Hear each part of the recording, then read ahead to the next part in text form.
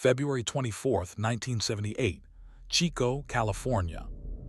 5 young men, all in their 20s, all with intellectual or developmental disabilities, get in a car together to go watch a basketball game. They follow the UC Davis Aggies.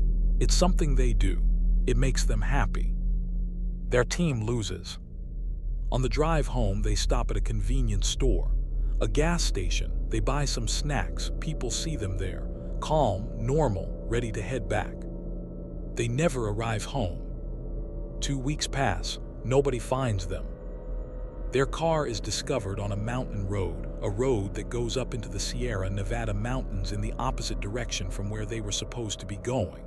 The car is not crashed. It is not stuck. It is stopped, turned around so it's facing downhill, engine slightly warm when first found but cold by the time investigators process it. No keys inside. No signs of struggle. Doors unlocked.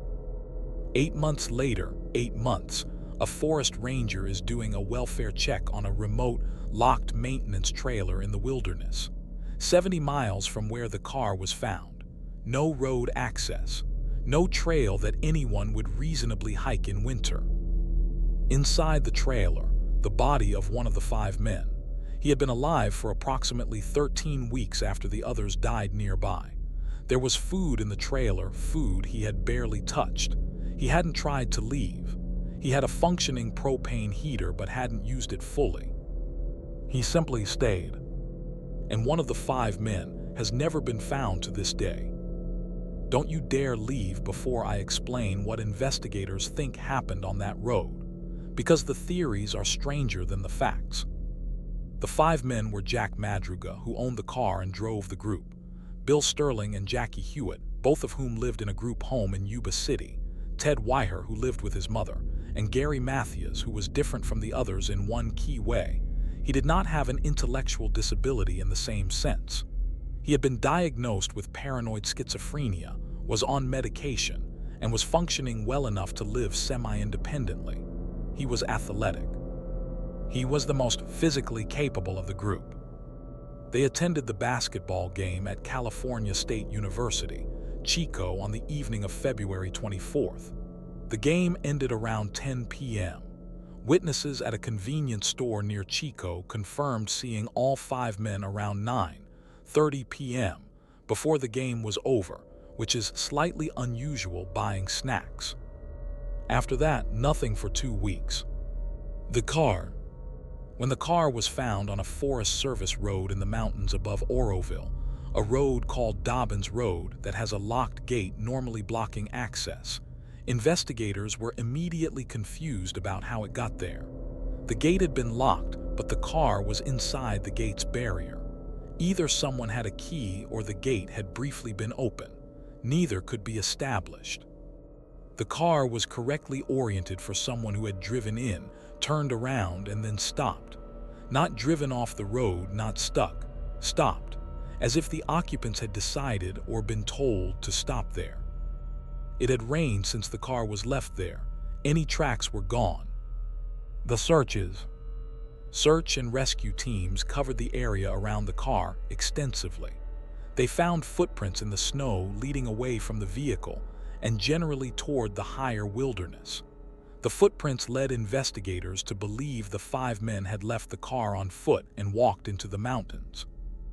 They found partial remains of several of the men over the following months in the deep wilderness surrounding the area, scattered over a significant geographic spread.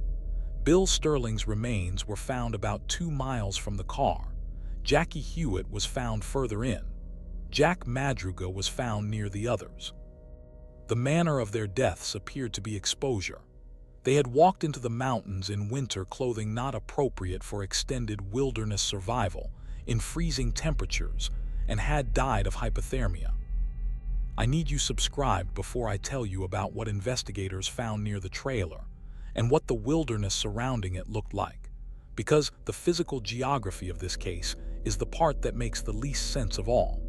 How did a group of men described as having limited navigational ability end up 70 miles deep in terrain that experienced hikers would struggle with in winter? Subscribe right here. Then I'll tell you what investigators found. Ted Weiher and the trailer. This is where the case becomes something investigators have spent decades trying to explain. A ranger doing his rounds on June 4th, 1978, nearly 4 months after the men had vanished, arrived at a locked, remote maintenance trailer in the Plumas National Forest, approximately 70 miles from where the car had been found. The trailer was in an area with no road access and no trail that an inexperienced person would know to follow in winter. He unlocked the trailer and found Ted Weiher's body inside. Ted Weiher had been dead for approximately 2 to 3 months, which meant he had been alive in that trailer from approximately February until around April. He had survived for roughly 13 weeks. Inside the trailer, a propane heating unit. It had been used, but not fully. The tank was not depleted as it would be if someone had run the heat continuously. There were cases of military freeze-dried rations stored in the trailer, enough to last much longer than 13 weeks. He had eaten some of them, not many. He had a relatively comfortable, if Spartan, environment. He could have survived considerably longer. He had not attempted to leave the trailer. He had not attempted to signal for help in any way investigators could identify. He was found in a position consistent with someone who had lain down and died, rather than someone who had collapsed or fallen. His socks were worn through the leather, suggesting he had walked an extraordinary distance to reach the trailer. Mathias. Gary Mathias, the most physically capable of the 5, was never found. Not his body, not his remains, not any belongings. He remains officially a missing person. Some investigators believe Mathias may have led or accompanied the group into the mountains, his physical fitness and his possible schizophrenic episode both being factors, and that he subsequently walked further into the wilderness or found another route out. Some believe he survived and left the area deliberately. His mother maintained for years that she believed he was alive. No confirmed sighting of Gary Mathias has ever been documented after the night of February 24th, 1978. What happened on that road? This is the question. The most widely discussed theory is that the men encountered something or someone on the road that frightened them enough to abandon the car and flee on foot into the mountains, possibly in the dark, possibly panicking. Given the developmental and psychiatric histories of the group, a frightening encounter on a remote road at night could have triggered a flight response that overrode rational decision-making.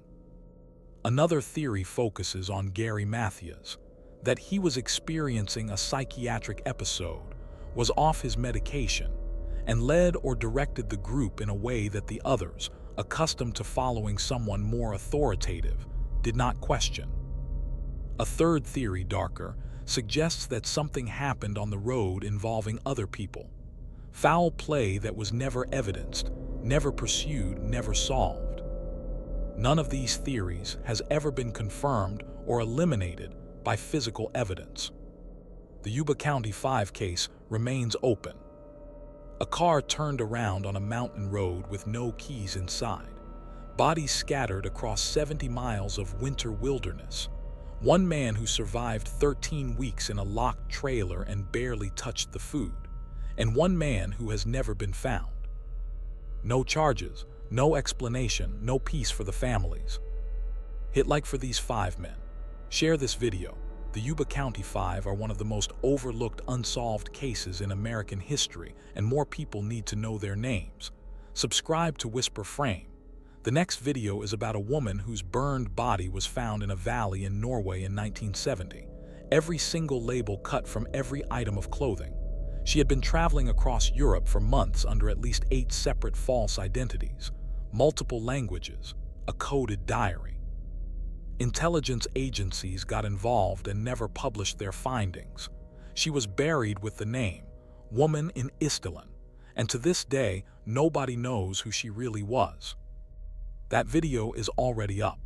That one is genuinely one of the strangest cases I have ever researched.